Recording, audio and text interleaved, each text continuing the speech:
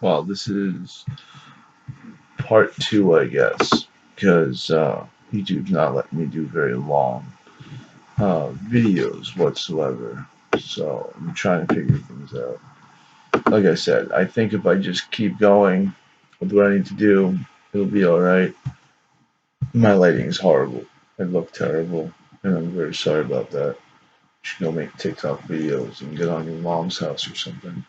Go pull a tooth out. I don't know what.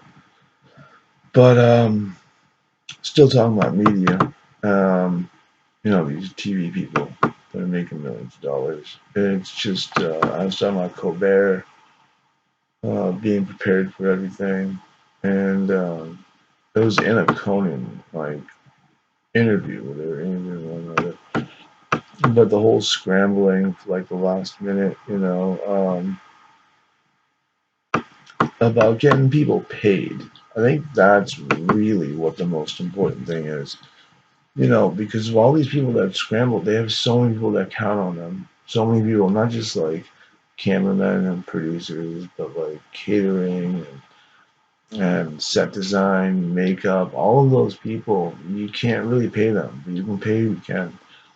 So you can kind of tell the good people, they try to take care of their staff. They keep their health insurance for the rest of the year. They have their musicians play for those shows. Jimmy Kimmel, Jimmy Fallon, The Roots. Jimmy Kimmel still got Guillermo. Colbert apparently still has a lot of people working for him. Things like that. I heard Jimmy Kimmel pays out of his own pocket for his whole crew. Ellen. That whole send us your evil stories about Ellen. Um, how she didn't even hire the people that have been working for 19 years or 18 years, and she hired a tech firm with people that just set her up at home. Not even her own people. But the Daily Show still has those quick bite segments with the other members of the cast. The I'm sure it's meant to keep them working, unionized, keep them employed, able to get health care, put food on the table.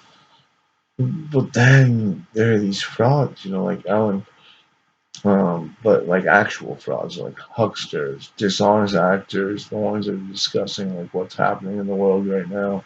They're the ones in the beginning saying this was all a big hoax to mess Trump's election up and all that kind of stuff. And you know, what's his name? Mike Huckabee, Sarah Huckabee Sanders' father.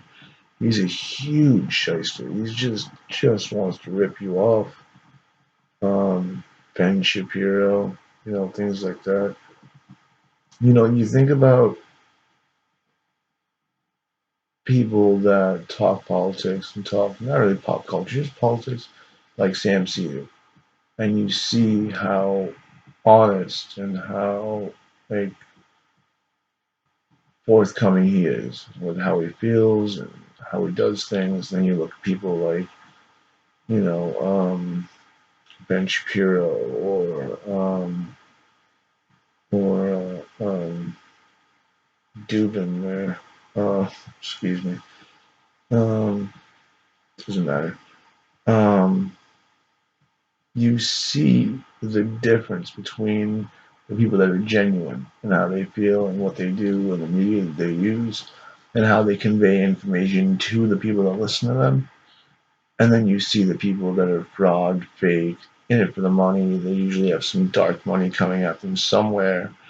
Um, it's for some reason it seems to be mostly on the conservative side of issues.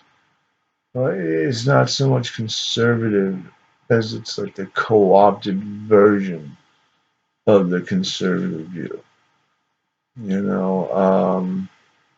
The Rush Limbaughs, the Bill O'Reillys of the world. They never needed the internet ads. They have too big a following that they simply don't need it.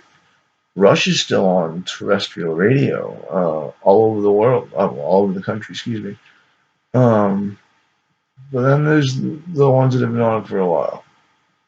Um,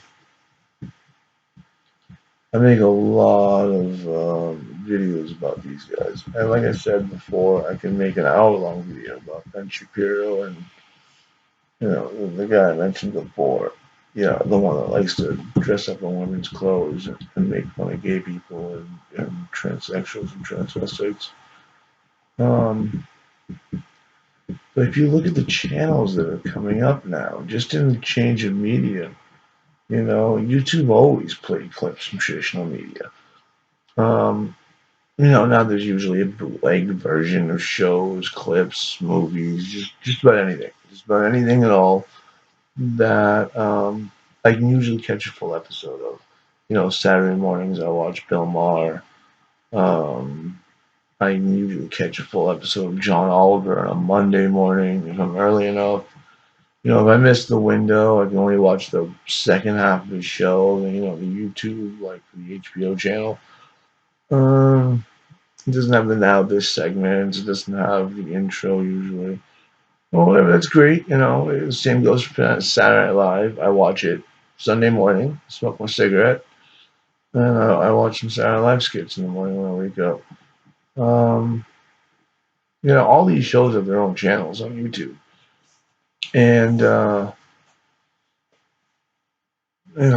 they probably have a contract and an agreement with the company. That's fine. And it's great for people like me who don't get to the official channels because of how fast my phone is for connection, my wireless speed, and my patience. Now with so many people, um,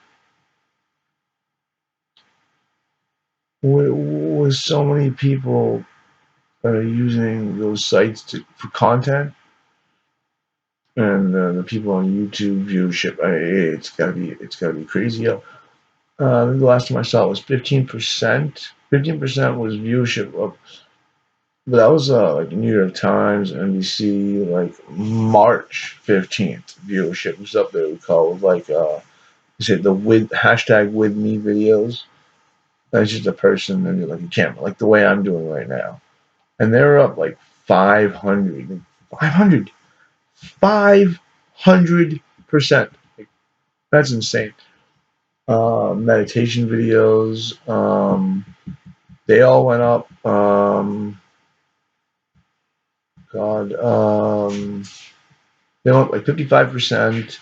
Cooking shows up, went on huge, like 100%. And the shows that rely on television, in person, they've gone down. Monetizing, like the Verge, the Twitch is up as well. Twitch is up, but those are all personal additions to the world of media. Traditional media is still around, of course. It's still going to be. They still have sets, sitcoms, movies, studios, all of that. They might literally be too big to fail. They're all organized and many contingency plans and backup plans that would make the CDC ashamed of themselves. The first waves we're seeing is the movies. With box office, like promotion, people used to snub the straight to video movies, dismiss them for the low budget, the bare release, lackluster promotion. Now with something costing hundreds of millions of dollars to animate, promote, and release, all comes crashing down. Trolls, for instance, like that's a perfect thing. $20 to rent Trolls. $20 to rent Trolls for 48 hours. That's insanity. Absolute insanity. So they're gonna get their act together and see what they can do. We'll find out. I'll make another video as soon as I read it up. Thank you. Like and subscribe. Enjoy. Watch me grow. Bye.